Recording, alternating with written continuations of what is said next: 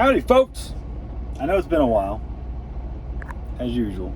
I didn't forget to post. I was making sure that what all I had going on was figured out before I even did a video, because it's been a hell of a last couple months, really. But I got it all figured out. Good now. So, I feel like trucking in general, and I think a lot of people have been saying this for a while, but trucking, like, in general, sucks now. Do I believe wholeheartedly that it just sucks now? No, it's good and bad. But it's getting tougher to find a good job, like anywhere, not just trucking. It's just hard to find a good job. If you've got a good job, then shut up. I don't want to hear, oh, I do this and this and this, and it's good, it's blah, blah, blah. Well, okay, cool. I'm not saying I don't have a good job. I'm just saying for a lot of people, it's hard to find a good job. And then you get these people on the internet that think that their situation, just because they got a good job, that it's easy for everybody else. And it's just not. That's not how it works. You know, even good jobs now are not enough money. And that's kind of what I'm getting at, I guess. I found $1 yesterday, or a couple days ago, in the ground. It was just folded up like a football. You know, paper football. You flick it. It's my lucky football dollar now. That's what I'm calling it anyway. So, what the hell have I been doing the last couple months? It's gonna lead. I'm talking about what I've been doing, and it's gonna lead me into talking about, like, at least from my perspective, the state of the trucking industry and how it's just starting to suck. And there's reasons why. I actually had to do a little bit of research on why trucking has gotten to this point, to where it's so hard to find a well-paying trucking job now. Like a couple years ago, it was easy. I was making bank when I was at Food Liner in Pennsylvania. I was making really good money. But yeah, now that's a little bit tougher. So, first off, when I left Pennsylvania to move out here to Utah, I was going to stay with Food Liner, and I specifically actually picked Salt Lake City over Phoenix, Seattle, or LA. One, because it was a little cheaper. That's not the case anymore. Utah is freaking crazy expensive now. But it was also because Food Liner had... Why are you yelling at me? I don't even have a message. Anyway, so Food Liner had a terminal in Ogden, Utah, which is about 40 minutes from Salt Lake City. So I'm like, okay, I'll do that. I'll stay with Food Liner, and I'll move to Utah. Now, we know this story, I've talked about it before. That just didn't work out. They couldn't actually fit me in to the terminal and have another route for me, because I didn't want to do over the road. I wanted to do at least just regional and be home on the weekends. They couldn't make it happen. So I took a little bit of a break, took some time off. And I ended up going to another bulk tanker company that did the same thing that Food Liner did. It was bulk tanker flour. And actually went to a lot of the same places that I went to with Food Liner. The companies, at least. But I don't know if it's just out here. Like, back east, bulk tanker flour work was just booming. Like, it was all the time busy. It was busy. I was making really good money. Out here, not so much. I wasn't working a lot. I was working enough to pay my bills. Enough. And I was like, okay, I'll stick it out. They said it's a slow time for the company. So I stuck it out. I started making less and less money because I was working less and less. And I'm like, dude, I gotta find another job. I'm either gonna have to work 2 jobs, which is next to impossible when you're a trucker. Unless you can find a way to make money remote, which I can't really find a way to do that without going through some kind of an annoying process. But yeah, I don't want to spend too much time talking about that. Regardless, it got to a point where I was only working like 20 hours a week. I said, all right, I'm done. I'm going to go find another job. And I looked at Crete, because I like Crete. They only have over the road available right now. They don't have any like regional home weekend kind of thing, or at least home weekly. Only over the road. I'm not doing that. I'm not being out weeks at a time. So, okay. That's off the table. Started looking, and I'm gonna be nice. I'm not gonna name this company, but I ended up going to a flatbed company. I mentioned it in a past video. I went to a flatbed company, and I only lasted there 6 weeks because they lied their asses off to me.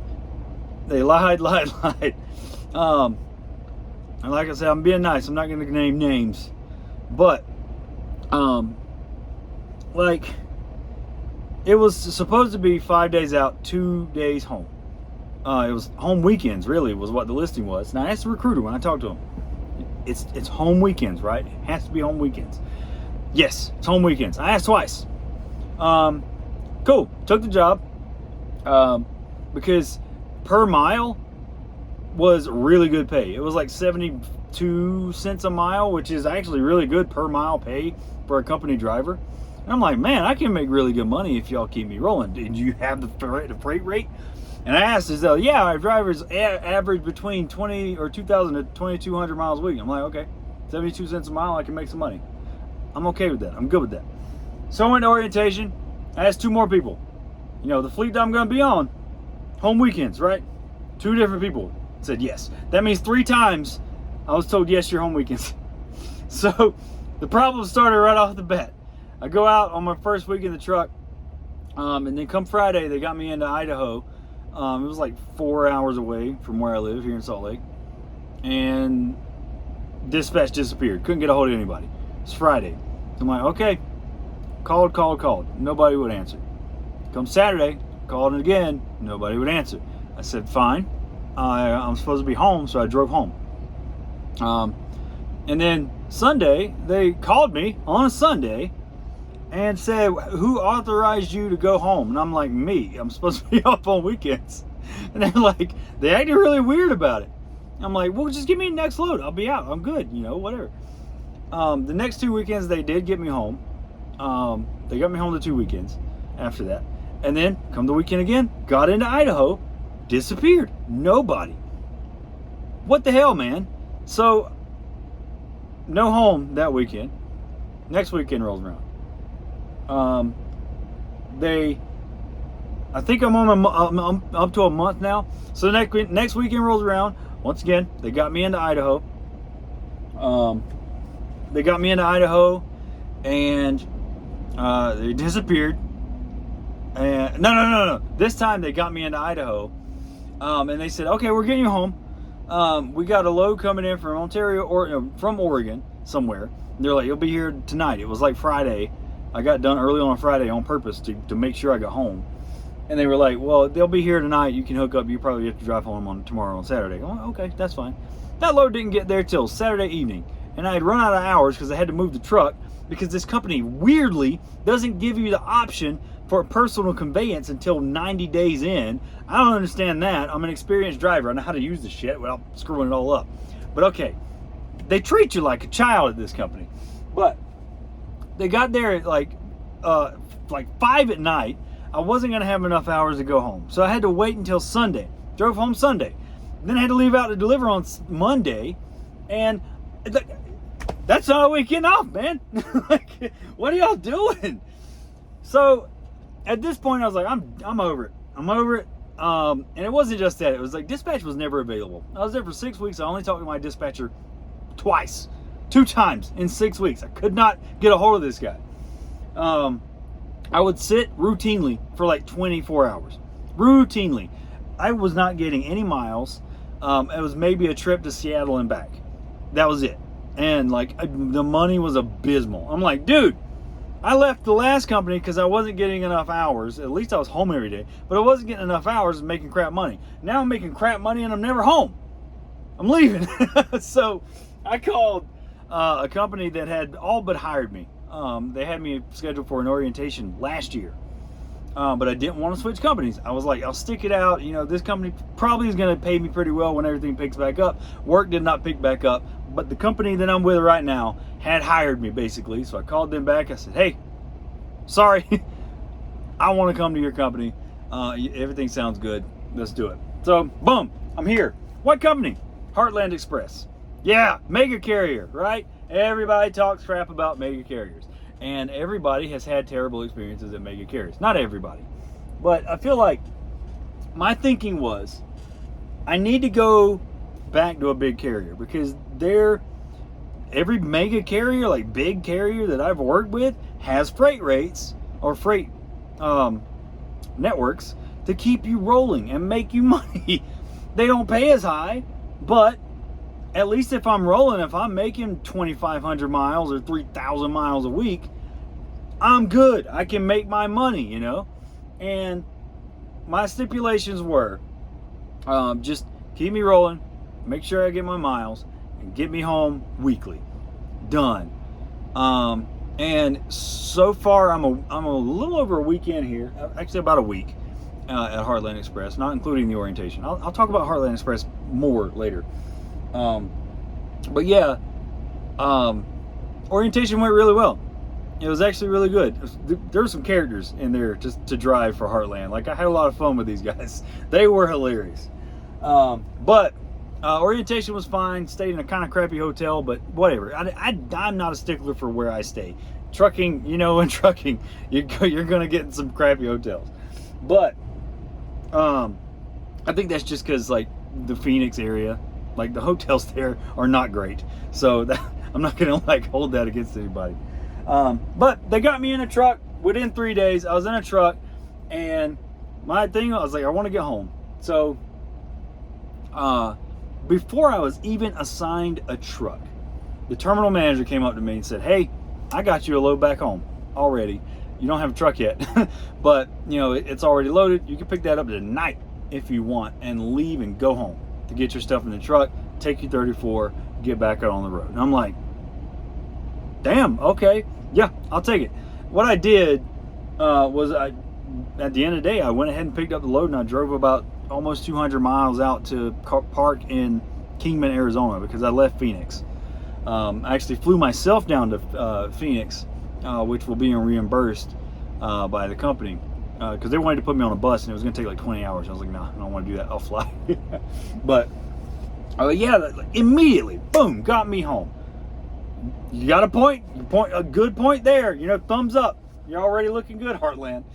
But yeah, the terminal manager there, at least I think it was the terminal manager. I've already forgot his name because I'm terrible with names. He was a great guy. He was funny, really personable and down to earth, and you know, just a good guy. So already I did great impression. You know, good impressions. They don't have any. Well, every trucking company has like weird rules on certain things, and I could talk about that later in a different video. But I mean, the fact that you got me home, I didn't even have a truck yet, and you're like, boom, I'm sending you home right now in your truck, which is great. They gave me the number to my dispatcher. I called my dispatcher. She answered first, like 2 rings. Boom, she answered. Already better than the last company, which that was not a high standard. But yeah, looking good. Talked to the dispatcher for a little bit. You know, asked me how I preferred to run.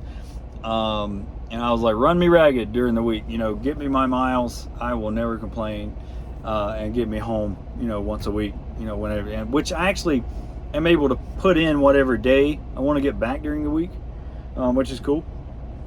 And, but the thing is, they're already holding up their end of the bargain. I haven't waited at all for anything. I know that happens in every company, but like, as of right now, what day is it? Is it Tuesday? It's Wednesday. So it's Wednesday. I got a delivery, and I'm parked in Salt Lake at home right now in the middle of the week, which is awesome because they did say I was going to get home. It's a route between Salt Lake City to Southern California / Phoenix and back. So I'll be home, you know, once or twice a week, and then the weekend I'm off. So that's good. So they got me a load back up here and delivered in Salt Lake, or Ogden, close to Salt Lake tomorrow. Then I'm headed to California and then right back to take my 34. They have me scheduled out. It is Wednesday now. They've got my loads scheduled for me to pick up and deliver all the way out to next Wednesday. A week. I have a week of loads already in my computer ready for me to pick up. Like, I'm just on my own schedule now. Awesome.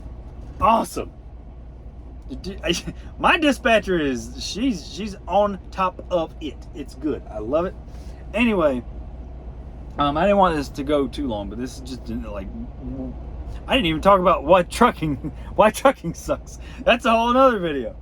We'll do a different video for that. I'll do a different one. That's probably something I'll do at home or something. I don't know. But yeah, maybe a little truck tour. I mean, it's a Freightliner. You know what Freightliners look like, but you know, Heartland does it a little different from some companies I've done, but I'll do that in a different video too.